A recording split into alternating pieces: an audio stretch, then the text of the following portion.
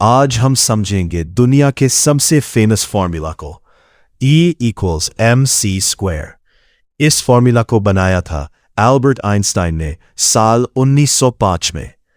पहली नज़र में ये सिर्फ कुछ लेटर्स और एक नंबर लगता है, लेकिन इसके पीछे छुपा आइडिया इतना पावरफुल है कि इसने साइंस की दुनिया बदल दी। लेकिन आखिर E=mc² का मतलब क्या है? सबसे पहले E का मतलब है एनर्जी। एनर्जी यानी वो ताकत जिससे कोई भी काम होता है। तुम्हारा चलना, दौड़ना, मोबाइल चलना, बल्ब का जलना और सूर्य का चमकना सब एनर्जी की वजह से होता है। अब M का मतलब है मास।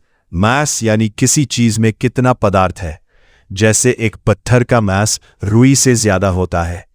और C का मतलब है स्पीड ऑफ लाइट, यानी रोशनी की रफ्तार। लाइट इतनी तेज चलती है कि सिर्फ 1 सेकंड में पृथ्वी के लगभग 7 चक्कर लगा सकती है।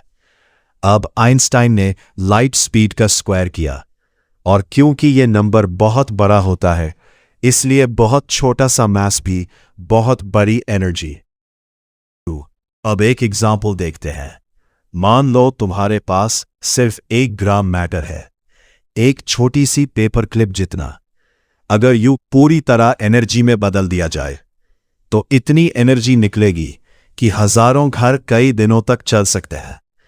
यानी हर मैटर के अंदर हिडन एनर्जी छुपी होती है। लेकिन सवाल है, ये एनर्जी बाहर कैसे निकलती है? इसका जवाब है एटम। दुनिया की हर चीज एटम से बनी है। तुम, मैं, पानी, हवा और पूरी पृथ्वी।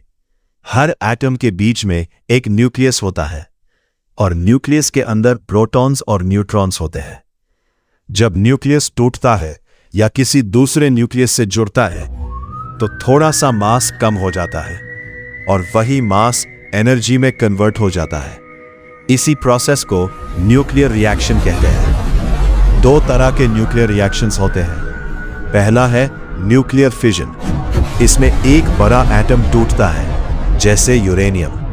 जब यूरेनियम टूटता है तो बहुत ज्यादा हीट और रेडिएशन रिलीज होती है।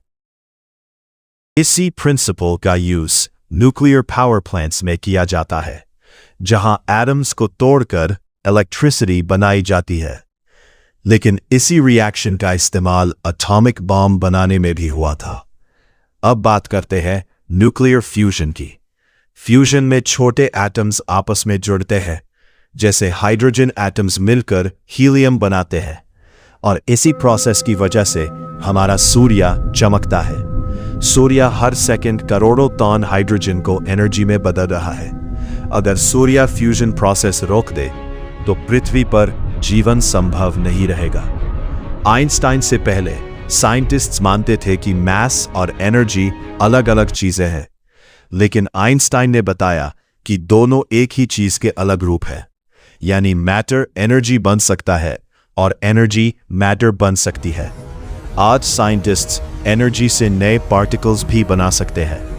इसीलिए E=mc² को दुनिया का सबसे इंपॉर्टेंट साइंटिफिक फॉर्मूला माना जाता है।